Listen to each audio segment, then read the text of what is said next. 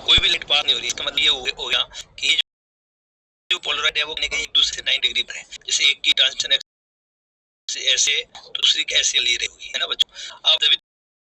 तो कोई ना भी यहाँ से जो अनपोलराइज लाइट जिसे आप इस तरह अपन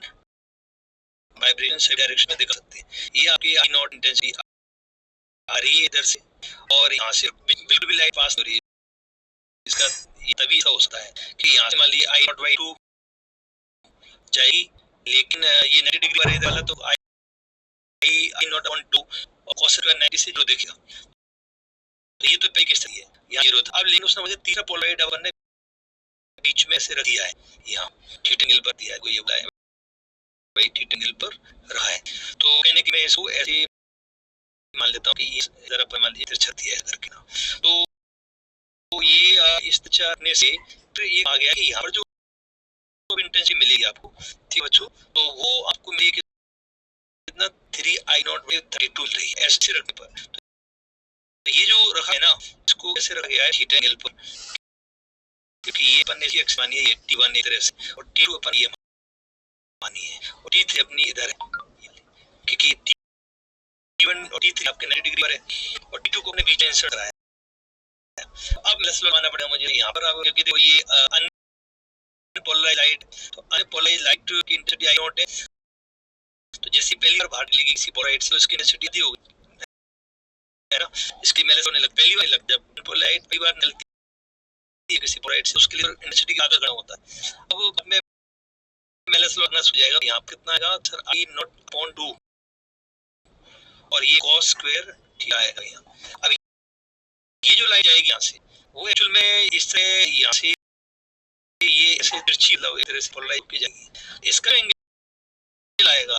इस वाले से, डेफिनेटली ये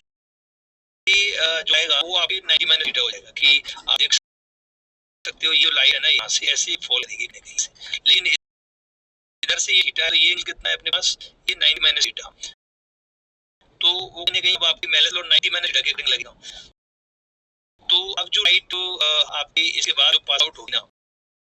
ये इनिशियल बन जाएगी I0/2 और cos स्क्वायर थीटा इनिशियल बन गया, लेकिन cos स्क्वायर 90 माइनस थीटा ऐसे, इसलिए क्या बच्चों, क्योंकि यहाँ से पोलराइज लाइट है ना ये लाइट, और इसकी ट्रांसमिशन एक्सिस के बीच में जो एंगल ना वो 90 माइनस थीटा होगा, ठीक है, क्योंकि ऑलरेडी लाइट तो T2 के पैरेलल एक तरह से या T2 के अलोंग वाइब्रेट हो जा रही है, इसलिए इसे जो T3 से एंगल आएगा जो न्यू पोलराइज लाइट का वो कितना आएगा बच्चों, वो आपका आना चाहिए आपका 90 माइनस थीटा। तो अब इसको सॉल्व किया जाए तो इसका जो वैल्यू देखा है हम लोग को 3I0/32, तो इसको मैंने देना है एक बार, तो I0 तो काट देते हैं एक बार अपन, और ये दो से ये भी काटते हैं अपन 16 बार। अब यहाँ से एक्चुअली ये बन जाएगा cos स्क्वायर थीटा, और यहाँ बन जाएगा sin स्क्वायर थीटा, ये आ गया 3/16। अपन